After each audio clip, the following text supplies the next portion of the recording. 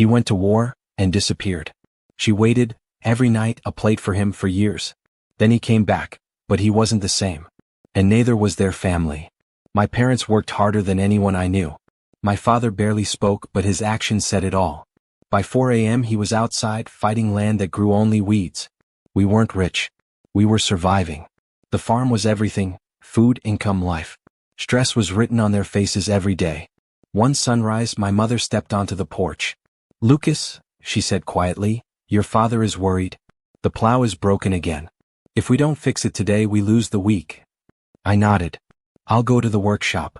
She handed me a small bundle of money, everything we had. "Be careful," she whispered. I climbed into our rusty Chevy, loud, barely holding together, but it was ours. Dust rose behind me as I drove, sensing something was about to change. I thought I was just fixing equipment. I had no idea my life was about to shift. The road was long and rough, heat shimmering off the dirt. Then I saw them, 2 girls in the middle of the road. Strangers. In Alexandria, that was rare. I slowed. The older one tried to look brave. The younger was exhausted and scared. "You all right?" I asked. "Our car broke down," the older said. "Been walking an hour." "Is there a town nearby?" "You're in it," I said. "I'm heading to the workshop." "I'm Lucas." The younger girl looked at me. Her eyes, soft, deep, like the sky before rain. "I'm Isabel," she said. "This is my sister, France." They told me their story: Quebec City, farm burned, lost everything, starting over with a small plot left by a relative. "Get in," I said. "It's too hot to walk." They climbed in. The truck felt smaller. Smoke clung to them, mixed with something soft like lavender. "I'm sorry about your farm," I said. Isabel smiled. Small, but it hit me hard. "My father says we'll start again. This land can still give us something." I liked that. I liked her. For the first time, I drove slowly, not for the road, but because I didn't want the moment to end. I thought I was helping strangers. I wasn't. That day, everything began changing. And I had no idea how much it would cost me, or give me. The drive to their new home was quiet, but not uncomfortable. I kept my eyes on the road, avoiding bumps so the old truck wouldn't look worse. "Is it always this quiet here?" France asked, staring at the corn. "Mostly," I said. "Sometimes peaceful, sometimes not." Isabel said nothing, staring at her hands. Broken nails stood on her skin. She hadn't just watched the fire, she fought it. "We're staying at the old Miller place," she said, pointing ahead. My heart sank. The house had been empty for years, tired, giving up. I parked. The engine coughed and died. They stepped out. Then their father appeared. Mr. Bourgeois looked worn, life having beaten him too many times. His eyes locked on me. "Who is this?" he asked. "This is Lucas," Isabel said. "He helped us." "Don't need charity," he said. "But thank you." I understood. My father was the same, proud even when things fell apart. "I'll be around," I said. "If you need help fixing anything, I can help." She didn't speak, but her eyes said it all. "Don't forget us." I drove off, realizing I'd forgotten the plow. All I could think about was her, the house, her eyes, that feeling. I was 17, but something had changed. I wanted more than working my father's farm. I wanted to build something. I wanted to fix that house. I wanted to see Isabel smile. The workshop came into view, smelling of oil and hot metal. Mr. Henderson bent over a machine. "You're late, Lucas," he said. I got delayed. "Met the new family at the Miller place," I said. "The Bourgeois family?" "Fire doesn't just take things, it breaks people," he said. "They seem different," I said quietly. "Especially Isabel. She's waiting for something, but she's scared. Pretty girl doesn't mean anything. That girl carries pain. People like that break, or turn hard," he warned. I paid him and carried the gear back. His words stayed in my head, but didn't change anything. As I started the engine, I wasn't thinking about the farm. I was thinking about her. I was already planning to pass by that house again. Just a boy with an old truck and a heavy piece of metal, but carrying something heavier. I was falling in love. In a small town like this, that can be dangerous. The drive home felt shorter even with the heavy gear in the truck. Every bump rattled it, but my mind wasn't on the farm. I kept thinking about Isabel. When I pulled in, my dad was at the fence, dust and sweat covering him. "Took you long enough. Did you get the part?" "Yeah, Dad," I said, lifting it out. We went straight to work. Normally I'd talk, but I stayed quiet. "Something happened in town?" he asked. I met the new family at the Miller place. Gave the daughters a ride, I said. He nodded. Lost everything in a fire. People like that don't stay long. They're different, I said. Just don't forget your responsibilities. A pretty face won't harvest crops, he warned. That evening I sat on the porch. My mom brought a glass of water. She's beautiful, isn't she? Who? I asked. Isabel, she smiled. News travels fast. She looks sad, I said. That's what loss does. Sometimes people just need someone to feel safe, she said. I stayed there long after they went inside, thinking about her alone in that broken house. Something had changed. I wanted to help her. I wanted to see her smile. The next morning I didn't go to the field. I grabbed tools, loaded wood into the truck, and drove to the Miller place. The house looked worse in morning light. The fence was falling apart. I didn't knock. I started fixing it. The door creaked. You're early, Lucas, Isabel said. She looked tired, but beautiful in the sunlight. Fences don't fix themselves, I said. She sat nearby watching. We don't have much left, she said. I'm not worried. I just want you to feel at home, I replied. My father won't like this. He's still angry, she said. I'm not here for him, I said. We stayed like that. I worked. She watched. The silence felt right. She spoke of Quebec. I spoke of the farm. For the first time she sounded alive. When I finished, her father stepped outside. He said nothing. Didn't stop me either. Thank you, Lucas, Isabel said softly, touching my arm for a second. I felt it. I got back in my truck, dirty and splintered, but smiling.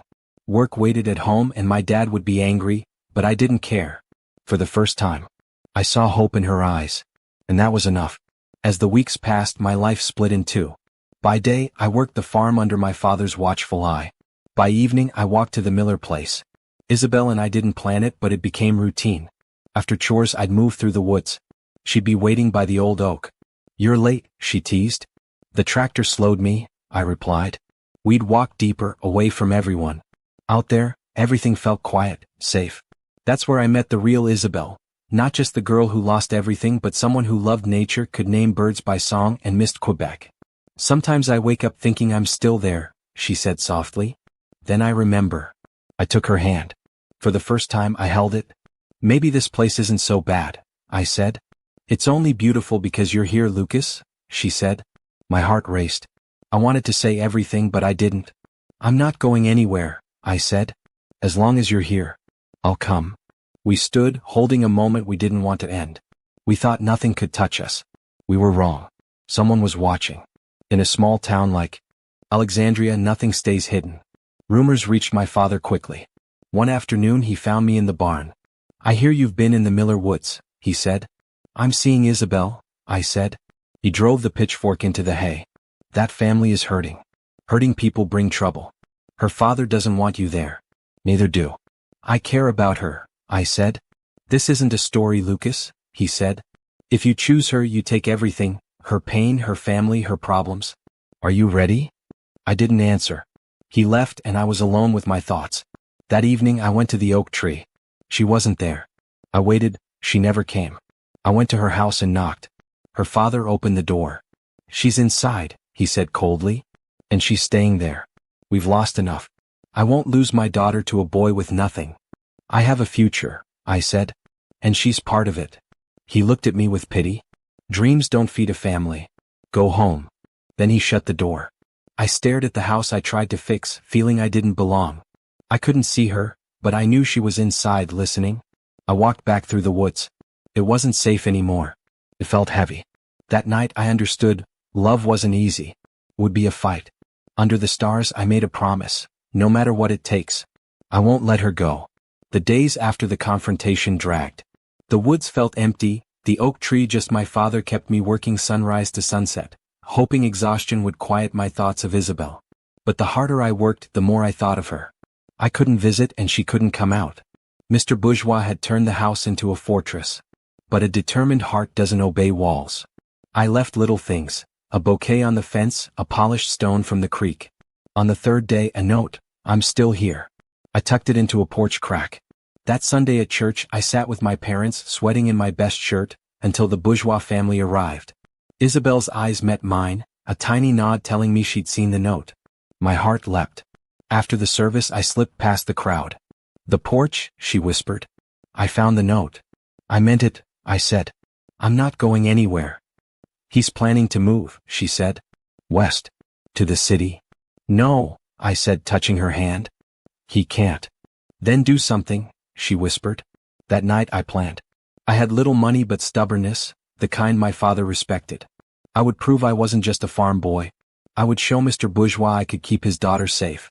Months passed. I worked extra shifts, hauled hay, saved every penny. All for one day, Isabel's 18th birthday, the day she could no longer be locked away. I cleaned up, wore my best shirt, and drove straight to the Miller place. I didn't sneak. I knocked and Mr. Bourgeois answered. "It's her birthday," I said. "I'm taking her to dinner. I'll have her back by 10. He stared, then stepped aside. When Isabel walked out, she wore a simple yellow dress that looked like sunlight. The drive to town felt electric. At Mama Jean's we talked for hours, not about the fire, not about chores, but the future. "I don't want to move west," she said. "I want to see the corn grow. I want to stay." I reached into my pocket. A simple gold band bought with every cent I'd saved. I stood, dropped to one knee and said, "Isabel, I don't have a palace or a fortune. I have 40 acres of dust and a truck that barely starts. But I have a heart that belongs to you. I promise you'll never face a fire alone again. Will you marry me?" Her eyes filled with tears. She whispered, "Yes, Lucas. 1,000 times yes." The restaurant erupted. Mama Jean brought apple pie on the house. In that moment, with the lights reflecting in her eyes, I felt like the luckiest man alive. I didn't know the road ahead would be steep. I didn't know the storms we'd face. But she had said yes. For a farm boy from Alexandria, that was enough to light the world. The weeks after our engagement blurred by. We were happy, but Isabel changed. Her birthday dress fit tighter, her cheeks lost their glow. She became quiet, not sad but tense. On the porch, she'd stare into the distance, hand on her stomach. One evening, a month before the wedding, she whispered, trembling, "Lucas, I need to tell you something. If you want to walk away, I'll understand." "My heart is yours," I said. "What is it?" "I'm pregnant," she admitted. "I was afraid, of my father, of the town. We're not married yet and people talk." The world shifted. In 1950s Alexandria, this was scandal. I didn't hesitate. I pulled her into my arms. "That baby is a blessing. It's ours. I don't care about gossip. We'll love this child with everything we've got." She cried, relief spilling through fear. "I thought you'd be angry." "Angry? I'm the luckiest man alive." We couldn't wait. The wedding had to happen before anyone interfered. The next morning I went to the stone church. Father Miller saw the desperation in my eyes and agreed to marry us that Saturday. Telling my parents was easier than expected. My mother hugged me, eyes wet. "We'll make it work, Lucas." My father placed a hand on my shoulder. "A man stands by his responsibilities. You're doing the right thing." Isabel's father was harder. We told him we couldn't wait. He studied us, then nodded. "If you can provide for her, take her. This house is too full of ghosts anyway." Saturday arrived with a sky scrubbed clean. No grand guest list, no flowers, just our families, the smell of wood, and a lone piano.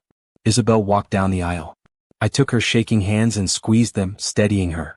Lucas, take you, Isabel." When the father pronounced us husband and wife, I kissed her fiercely, promising safety. We spent our first night in a small cabin on my father's land, 2 rooms, a wood stove. Humble, but sharing a simple meal by candlelight felt like a palace. "We did it," Isabel whispered, leaning on my shoulder. "We're just getting started," I said, looking out at the dark fields, feeling the weight of being husband, provider, protector. In Alexandria, the land gives nothing free. Every bit of joy had to be earned. The months after our wedding were beautiful and terrifying. Isabel bloomed. Her laughter filled our 2-room cabin with music I hadn't heard since before her family's farm burned. But as her belly grew, so did my nerves. I worked 3 jobs, farming with my father, shifts at the workshop, and carpentry for neighbors, saving every penny for the baby. Then came the night the world held its breath. A Tuesday in late autumn, wind howling through the cracks, frost biting the windows. Isabel gripped my arm. "Lucas, it's time." I moved fast. Boots on, blankets wrapped, into the truck.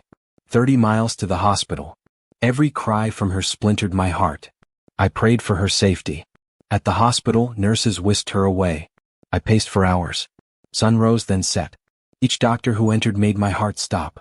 Finally, after 26 hours, a tired nurse smiled. "Mr. Clarkson? You can come in now."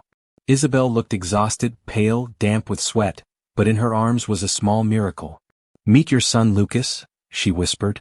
I touched his cheek. Perfect. Isabel's nose, my chin. All fear and exhaustion faded. I wasn't just a husband or a farm boy. I was a father.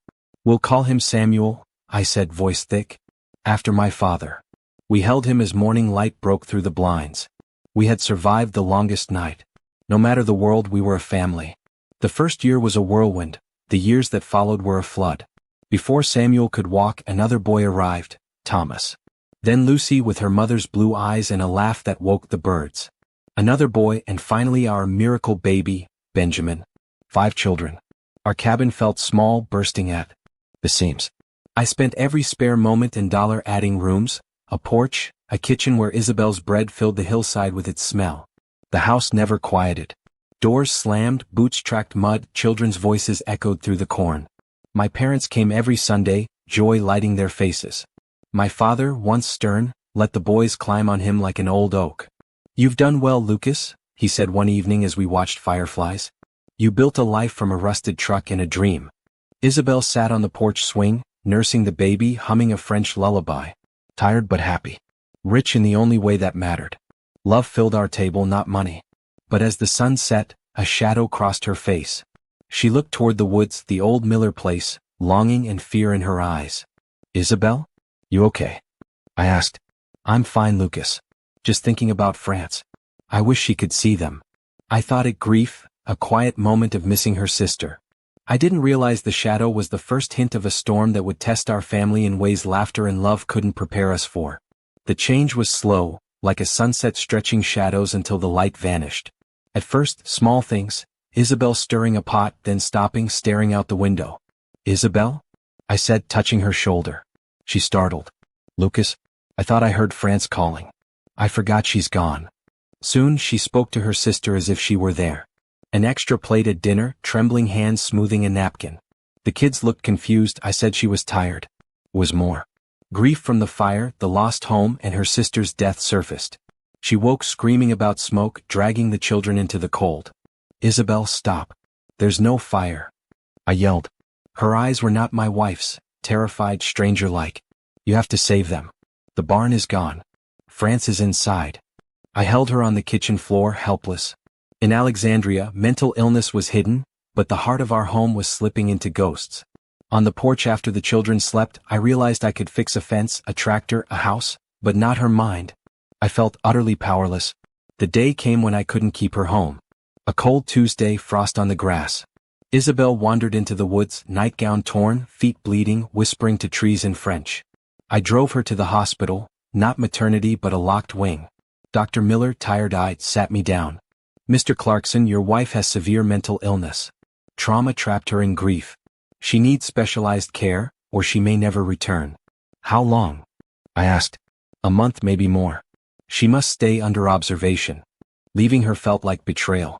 I was supposed to protect her, but I left her in a cage. The drive home was endless. The kids waited on the porch. Samuel stepped forward. "Where's Mom?" I said simply, "Her mind is sick. Doctors will help her rest. She'll come back healthy." That month was relentless. I woke at 4 a.m., cooked, cleaned, packed lunches, became both parents. I braided Lucy's hair, soothed Benjamin, held the household together. Every Sunday I visited her. Some days she stared at walls. Others spoke of fire. I told her about the farm, the corn, Lucy riding a bike. I held the rope, waiting for her to climb back. The house was silent, laughter gone, but I refused to let go. The hospital called, she could come home. Fear gripped me. Who would appear? Isabel by the creek or the stranger in shadows? She arrived small, wearing her yellow birthday dress loose on her frame. Her eyes were clear but guarded. The drive home was quiet. I took her hand, she squeezed. "Is the house okay, Lucas?" She whispered. "It's been waiting for you." The children, coached, stood on the porch. One by one they came down. Lucy, holding wilted dandelions, placed them in Isabel's hands and leaned against her. Isabel broke, gathering them into her arms, sobbing with relief. I watched from the truck, heart heavy. The first weeks were delicate. I did the heavy work, oaking, cleaning, protecting her, but she resisted.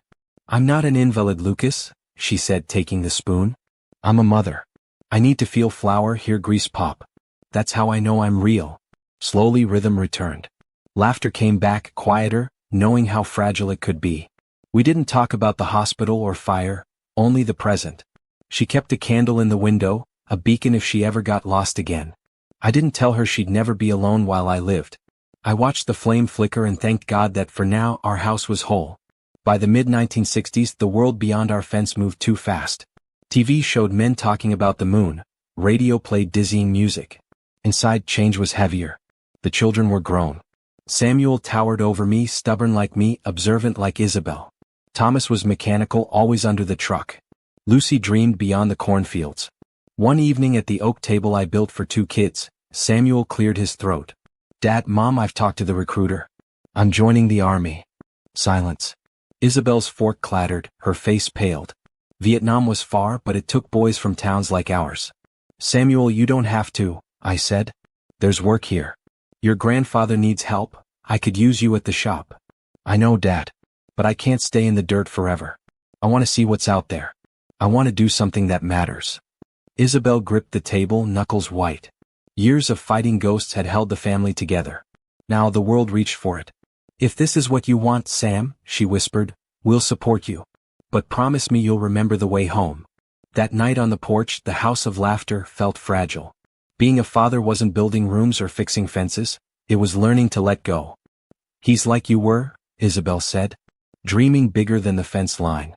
I hope the world is kinder to him, I replied.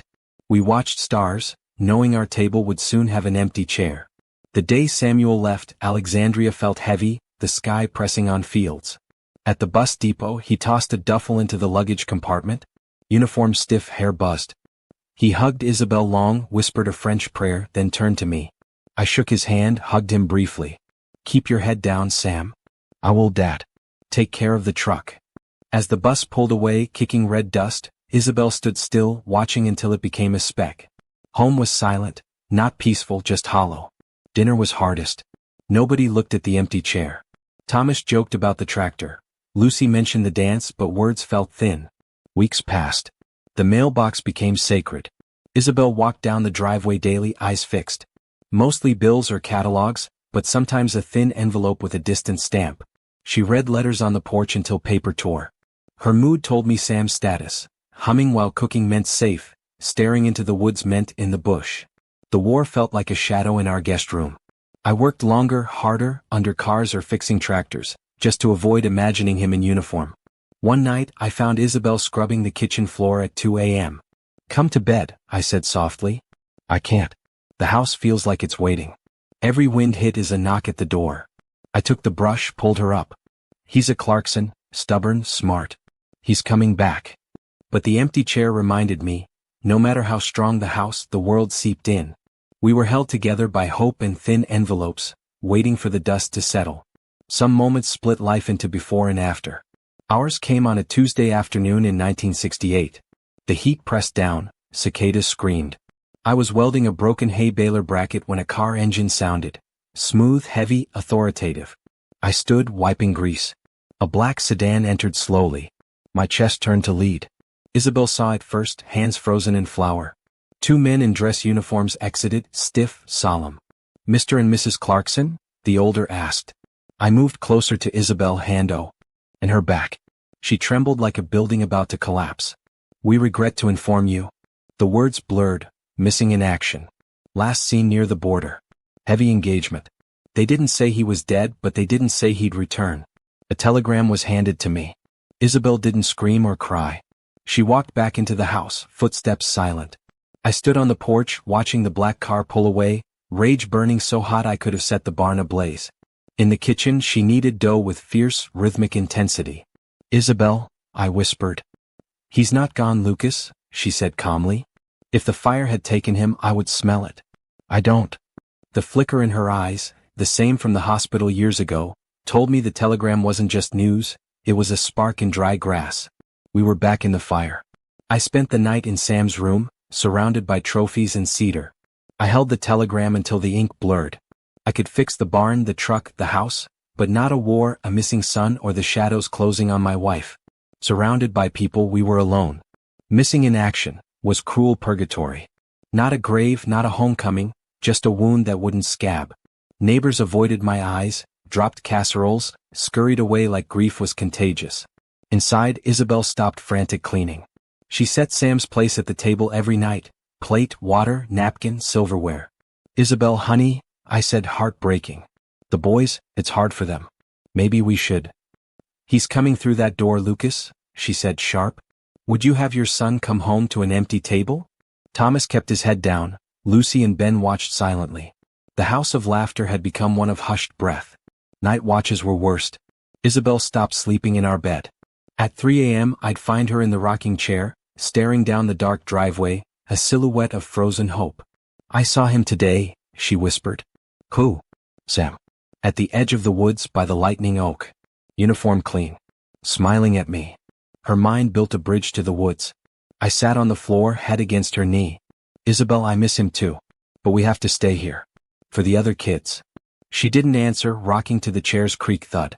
Sam was missing in a jungle. Isabel was disappearing here. No carpentry could hold up these walls. I closed my eyes, praying for a sign. Months passed. One Tuesday, cicadas loud, air stagnant, I worked by the tractor.